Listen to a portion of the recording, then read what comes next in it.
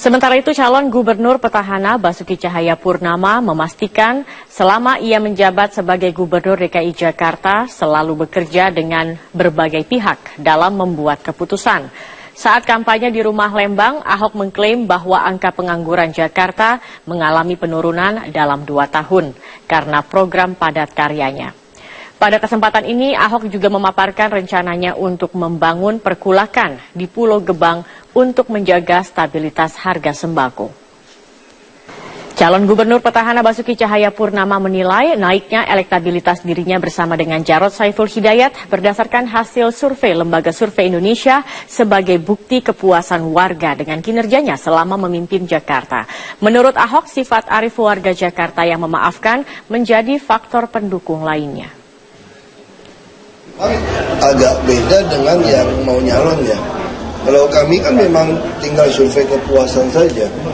Nah harusnya kalau masyarakat puas, harusnya elektabilitasnya mengikuti kepuasan itu sebetulnya.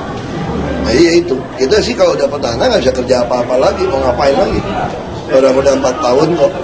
Kalau petahana kalau 4 tahun nggak kerja ya sudah selesai.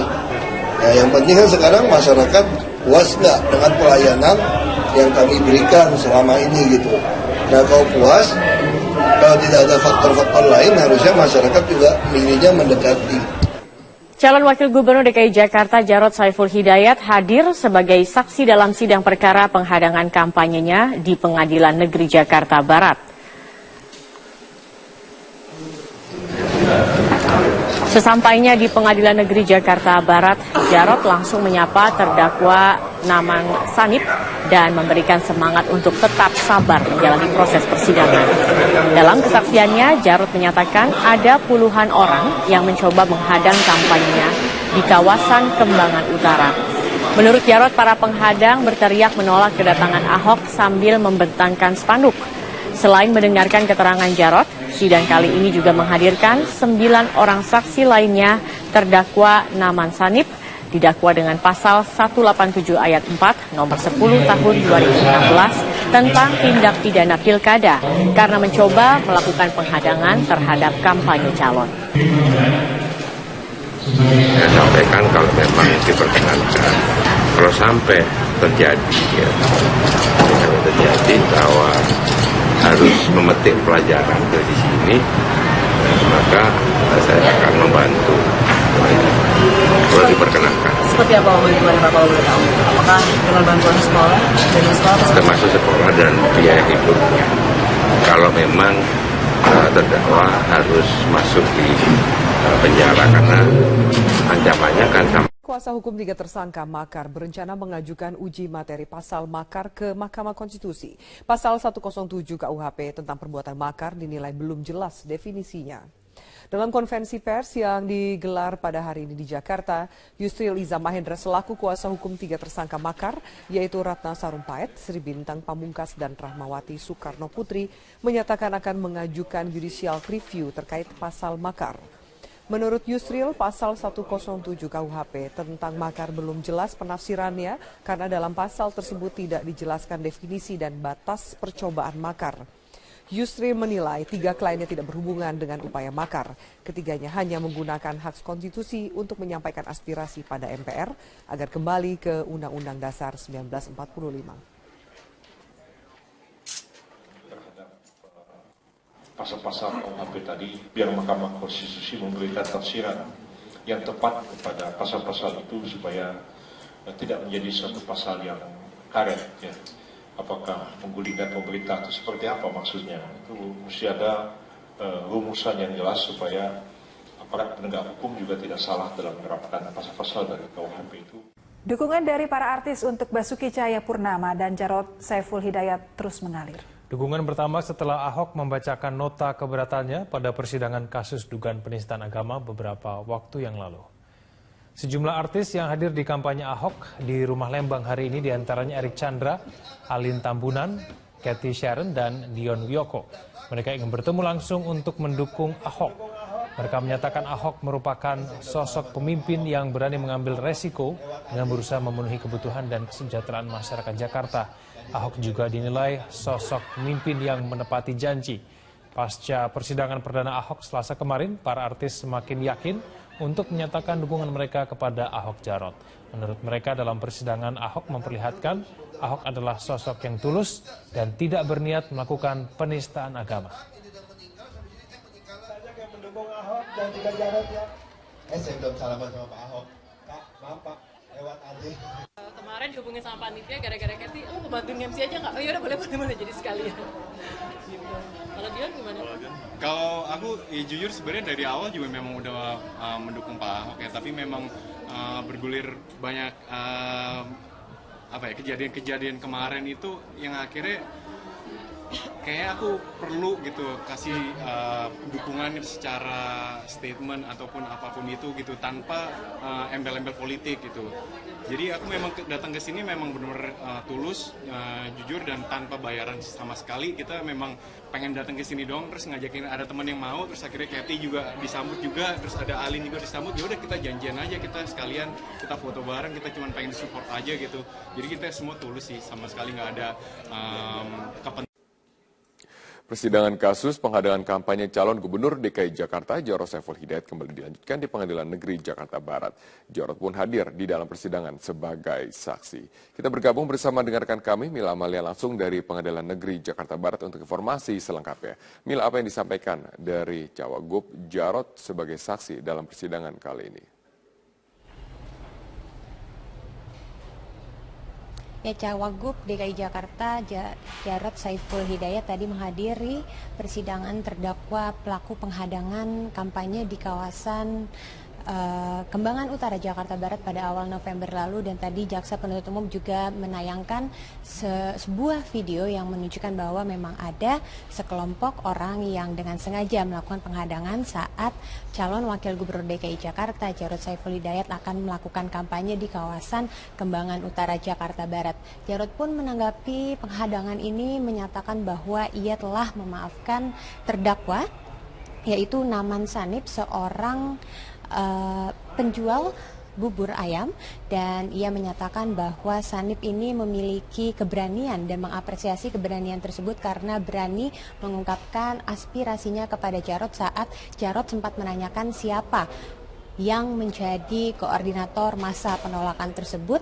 Naman Sanip pun maju dan mengaku sebagai koordinator. Tentu saja setelah itu Jarod pun mengapresiasi keberanian tersebut, dan Jarod pun menilai bahwa proses hukum yang saat ini tengah berjalan di Pengadilan Negeri Jakarta Barat dapat terus berlangsung dan sesuai dengan proses hukum yang memang sudah menjadi standar, karena Jarod menilai proses hukum ini bisa menjadikan pendidikan politik bagi masyarakat. Selain Jarod telah memaafkan terdakwa, Jarod pun juga berjanji akan memberikan bantuan bagi keluarga Naman Sanip apabila memang nantinya Naman Sanip ini dinyatakan bersalah oleh majelis hakim dan akan membiayai biaya pendidikan keempat putrinya. Dan berikut pernyataan dari calon wakil gubernur DKI Jakarta Jarod Saiful Hidayat.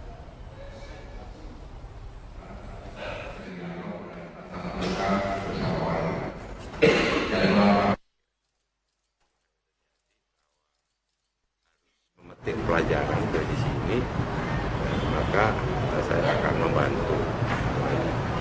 Boleh diperkenalkan. Seperti apa bantuan Bapak boleh tahu? Apakah dengan bantuan sekolah, dari sekolah? Termasuk sekolah dan biaya hidupnya. Kalau memang terdakwa harus masuk di penjara, karena ancamannya kan sampai 6 bulan. Selain Jarod, jaksa penuntut umum juga menghadirkan sejumlah saksi. Setidaknya ada 10 saksi yang dihadirkan hari ini. Mereka adalah anggota Bawaslu Muhammad Jufri, kemudian ada anggota Panwaslu, pihak kepolisian yang saat itu melakukan pengamanan saat terjadinya penghadangan di awal bulan November, dan juga ada keterangan yang nantinya akan diberikan oleh tim sukses Ahok Jarot. Anggota Bawaslu Muhammad Jufri saat ini tengah menyampaikan kesaksiannya dan menjelaskan bahwa Bawaslu menerima laporan adanya pelanggaran dari pelaksanaan aktivitas kampanye oleh sekelompok orang yang dilayangkan oleh tim ses Ahok Jarot, dan setelah dilakukan penyelidikan selama 5 hari yang dimiliki oleh Bawaslu dan juga dengan bantuan dari Sentra Gakumdu dan juga Panwaslu, bahwa memang ada terjadi pelanggaran. Robert. Selamat siang, inilah headline news pukul 11 waktu Indonesia Barat. Pimpinan DPR Selasa pagi mengunjungi Istana Negara. Mereka sempat dijamu minum teh oleh Presiden Joko Widodo di beranda istana. Rombongan pimpinan DPR yang terdiri dari Setia Novanto, Fahri Hamzah, Fadli Zon, dan Taufik Kurniawan diterima oleh Presiden Joko Widodo yang didampingi Mensesnek di beranda belakang istana. Sementara satu pimpinan DPR lainnya, Agus Hemanto, tidak terlihat hadir di istana. Belum diketahui apa yang dibicarakan dalam pertemuan antara pimpinan DPR dan Presiden, karena pertemuan ini tidak ada dalam jadwal yang dirilis kepada wartawan hari ini. Kemungkinan pembicaraan ini menyangkut pembahasan revisi Undang-Undang MD3.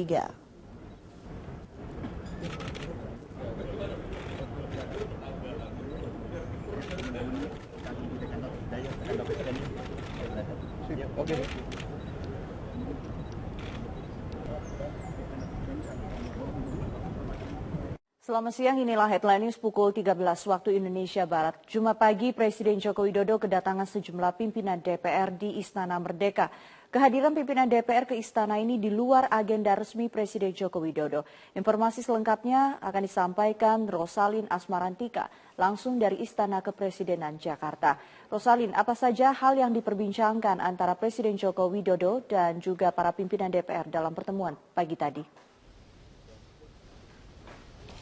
Ya, Sumi, ada sejumlah isu strategis yang dibahas oleh Presiden Joko Widodo beserta dengan Menteri Sekretaris Negara dan juga para pimpinan DPR yang hadir di Istana Kepresidenan pagi tadi. Di antaranya ini adalah kondisi politik dan juga ekonomi di dalam negeri, kemudian juga kondisi keamanan negara dan juga penanggulangan bencana serta membahas penguatan kerjasama parlemen dengan pemerintah. Nah, ini seperti yang diketahui kemarin DPR ini baru saja menyepakati bahwa akan merevisi Undang-Undang Nomor 42 Tahun 2014 mengenai MPR, DPR, DPD, dan DPRD atau Undang-Undang MD3. Untuk revisi kali ini ada dua fokus pasal yang akan dibahas atau direvisi, yaitu pasal 15 ayat 1 yang mengatur tentang jumlah pimpinan MPR dan pasal 84 ayat 1 terkait jumlah pimpinan DPR. Dalam rapat paripurna kemarin, DPR ini menyepakati bahwa revisi Undang-Undang MD3 ini akan masuk dalam perubahan program legislasi nasional atau Prolegnas 2016. Meskipun demikian, ini banyak yang sanksi, bahkan dari pihak DPR sendiri, bahwa revisi Undang-Undang MD3 yang kedua ini akan selesai pada tahun 2016 karena masih banyak proses yang harus dilalui DPR dan DPR ini tidak bisa merevisi sendiri undang-undang tapi juga harus melibatkan pemerintah. Nah, dari itulah tadi ini salah satu yang dibahas adalah penguatan kerjasama. Nah, dalam hal ini dibutuhkan surat dari Presiden untuk mengutus kementerian untuk membahas revisi Undang-Undang MD3 ini dengan DPR. Untuk lebih jelasnya, berikut ini adalah pernyataan dari Ketua DPR Setia Novanto.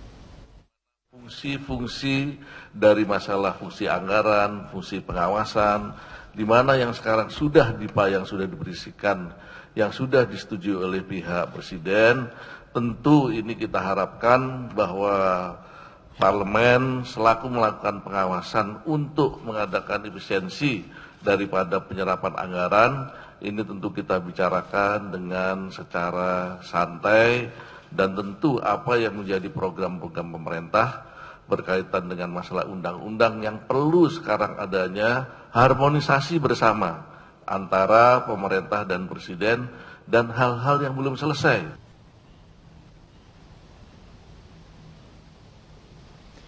Ya, Sumi, sekalipun wacana yang berkembang tentang revisi Undang-Undang MD3 ini terbatas pada penambahan atau pasal penambahan pimpinan MPR dan DPR, namun ini ada beberapa fraksi yang menilai bahwa revisi ini hendaknya dilakukan secara menyeluruh mengingat masih banyak kekurangan di Undang-Undang MD3 ini. Kembali ke Anda, Sumi.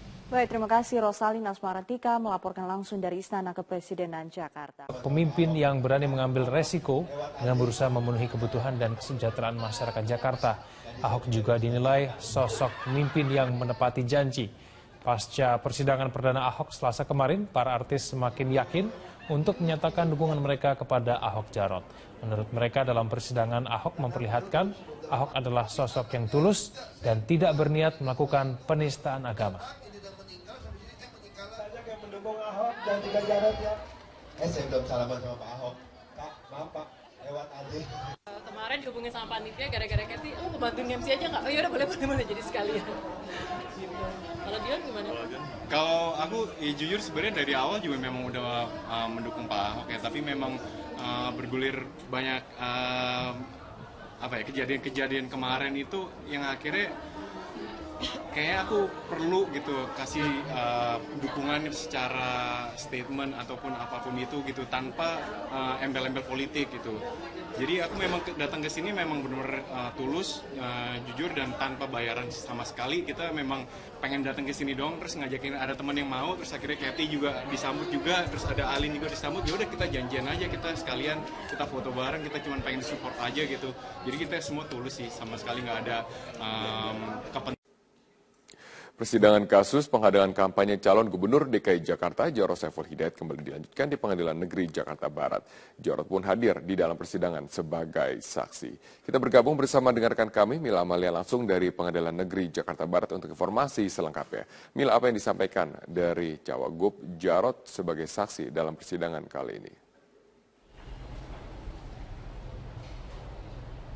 Ya, Cawagup DKI Jakarta Jarod Saiful Hidayat tadi menghadiri persidangan terdakwa pelaku penghadangan kampanye di kawasan Kembangan Utara Jakarta Barat pada awal November lalu, dan tadi jaksa penuntut umum juga menayangkan sebuah video yang menunjukkan bahwa memang ada sekelompok orang yang dengan sengaja melakukan penghadangan saat calon wakil gubernur DKI Jakarta Jarod Saiful Hidayat akan melakukan kampanye di kawasan Kembangan Utara Jakarta Barat.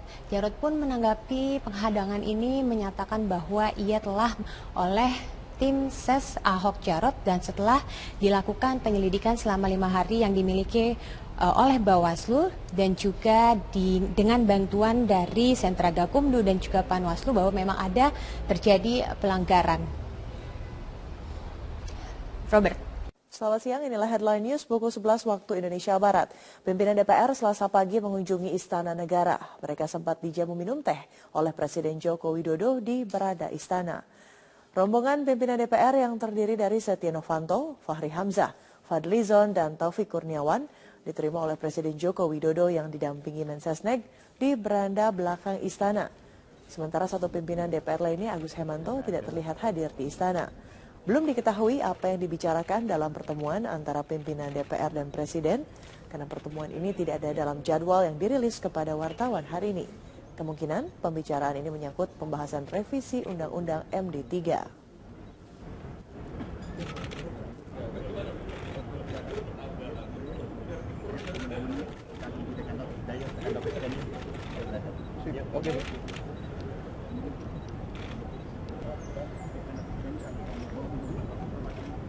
Selamat siang, inilah headline news pukul 13 waktu Indonesia Barat. Jumat pagi, Presiden Joko Widodo kedatangan sejumlah pimpinan DPR di Istana Merdeka. Kehadiran pimpinan DPR ke istana ini di luar agenda resmi Presiden Joko Widodo. Informasi selengkapnya akan disampaikan Rosalin Asmarantika langsung dari Istana Kepresidenan Jakarta. Rosalin, apa saja hal yang diperbincangkan antara Presiden Joko Widodo dan juga para pimpinan DPR dalam pertemuan pagi tadi? Ya, Sumi, ada sejumlah isu strategis yang dibahas oleh Presiden Joko Widodo beserta dengan Menteri Sekretaris Negara dan juga para pimpinan DPR yang hadir di Istana Kepresidenan pagi tadi. Di antaranya ini adalah kondisi politik dan juga ekonomi di dalam negeri, kemudian juga kondisi keamanan negara dan juga penanggulangan bencana serta membahas penguatan kerjasama parlemen dengan pemerintah. Nah, ini seperti yang diketahui kemarin DPR ini baru saja menyepakati bahwa akan merevisi Undang-Undang Nomor 42 Tahun 2014 mengenai MPR, DPR, DPD, dan DPRD. Memaafkan terdakwa, yaitu Naman Sanip, seorang penjual bubur ayam, dan ia menyatakan bahwa Sanip ini memiliki keberanian dan mengapresiasi keberanian tersebut karena berani mengungkapkan aspirasinya kepada Jarod saat Jarod sempat menanyakan siapa yang menjadi koordinator masa penolakan tersebut. Naman Sanip pun maju dan mengaku sebagai koordinator. Tentu saja setelah itu Jarod pun mengapresiasi keberanian tersebut dan Jarod pun menilai bahwa proses hukum yang saat ini tengah berjalan di Pengadilan Negeri Jakarta Barat dapat terus berlangsung dan sesuai dengan proses hukum yang memang sudah menjadi standar karena Jarod menilai proses hukum ini bisa menjadikan pendidikan politik bagi masyarakat. Selain Jarod telah memaafkan terdakwa, Jarod pun juga berjanji akan memberikan bantuan bagi keluarga Naman Sanib apabila memang nantinya Naman Sanib ini dinyatakan bersalah oleh majelis hakim dan akan membiayai biaya pendidikan keempat putrinya. Dan berikut pernyataan dari calon wakil gubernur DKI Jakarta, Jarod Saiful Hidayat.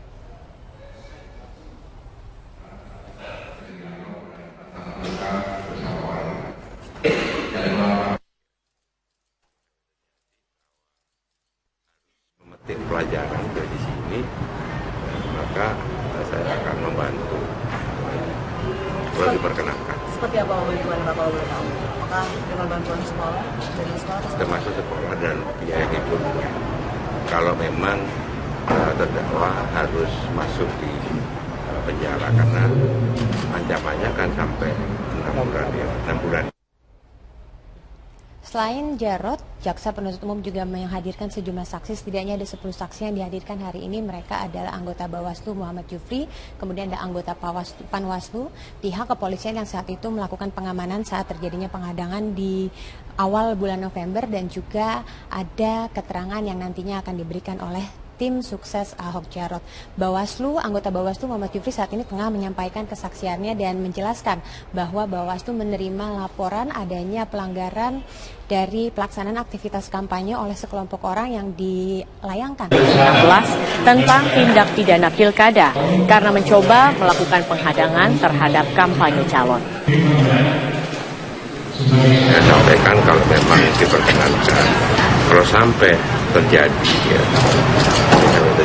bahwa harus memetik pelajaran dari sini, maka saya akan membantu kalau diperkenankan. Seperti apa bantuan Bapak boleh tahu? Apakah dengan bantuan sekolah dari sekolah? Termasuk sekolah dan biaya hidupnya. Kalau memang terdakwa harus masuk di penjara karena ancamannya kan sama. Kuasa hukum 3 tersangka makar berencana mengajukan uji materi pasal makar ke Mahkamah Konstitusi.